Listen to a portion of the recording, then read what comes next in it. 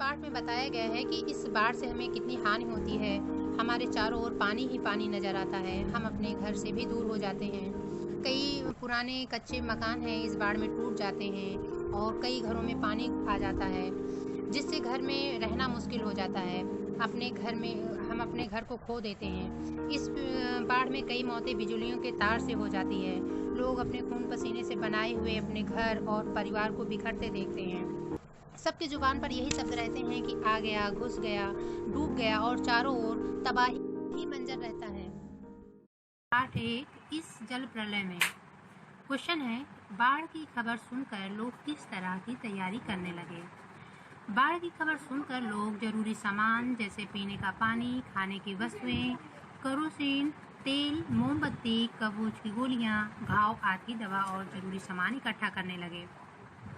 दूसरा क्वेश्चन है कि बाढ़ की सही जानकारी लेने और बाढ़ का रूप देखने के लिए लेखक क्यों उत्सुक था? आंसर है, लेखक ने शहरी इलाके में बाढ़ का सामना पहली बार किया था और अधिक आबादी वाले शहर में बाढ़ का क्या असर होता है। लेखक बाढ़ के प्रति शहरी लोगों की प्रतिक्रिया भी देखने के लिए उत्सुक था।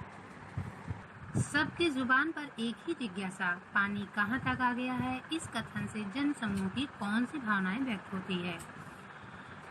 आंसर है कि पानी कहाँ तक आ गया है, यह जिज्ञासा सबके मन में थी कि सब अपनी जुबान पे यही शब्द कह रहे थे कि इससे जन समूह की उत्सुकता, सुरक्षा तथा कौतूहल की भावना प्रकट होती है। सब लोग नए अनुभव को अपनी आंखों से देखना चाहते हैं।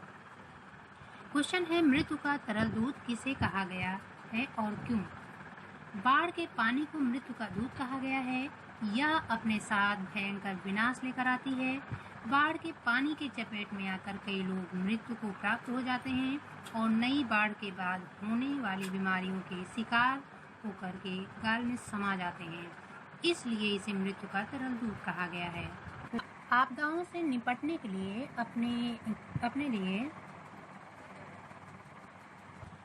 अपनी तरह से कुछ सुझाव दीजिए। देखिए, आपदाओं से निपटने के लिए निम्नलिखित उपाय किए जाने चाहिए। पहला है कि मौसम विभाग आने वाली आपदा की भविष्यवाणी करें। दूसरा है, सरकार को सभी प्रकार से संभावित खतरों से निपटने के लिए साधन तैयार रखने चाहिए। तीसरा है कि लोगों को आपातकाल के लिए भोजन सामग्री, ईंधन, दवाइयाँ आदि सब रख लेनी चाहिए। चौथा है, प्रशासन को आपातकाल में होने वाली बीमारियों को रोकने का इंतजाम करना चाहिए।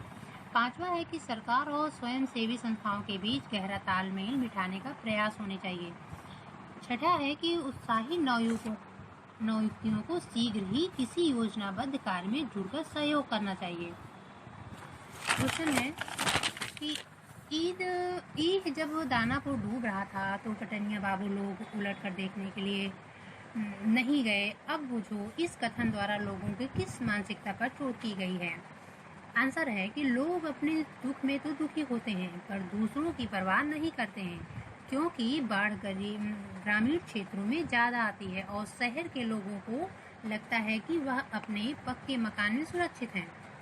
और जब गांव में बाढ़ आती है तो यही शहरी लोग उनकी तरफ पलटकर भी नहीं देखते। क्वेश्चन है कि खरीद बिक्री बंद हो चुकने पर भी पान की बिक्री अचानक क्यों बढ़ गई थी? अक्सर लोग पान का उपयोग खाली समय काटने के लिए करते हैं। यह एक नशीला पदार्थ होता है और जब लोग किसी बात से अधिक बेचैन हो जाते हैं तो इसका प्रयोग करते हैं और बाढ़ आने के इंतजार में अधिक लोग बेचैन थे।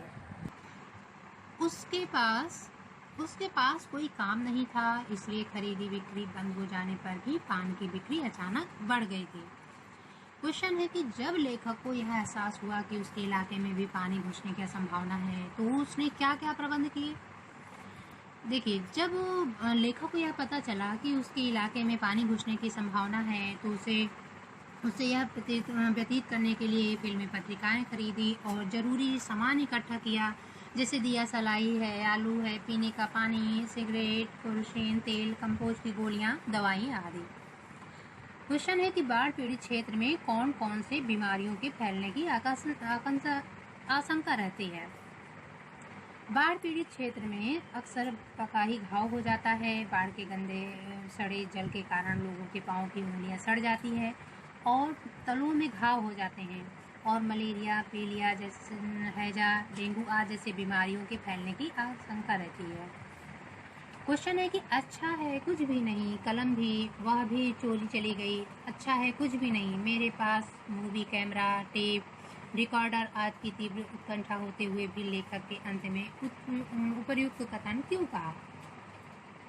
आंसर है कि लेखक को लगता है कि अगर उसके पास ये उपकरण जैसे कलम है, मूवी कैमरा है, टेप रिकॉर्डर है, तो होते तो वह लोगों की प्रतिक्रिया, बाढ़ के विभीष का आसपास के जो माहौल है आदि का साक्षात अनुभव नहीं कर पाता और उसका सारा ध्यान बाढ़ के दृश्यों को इन उपकरणों के माध्यम से कैद करने पर होता।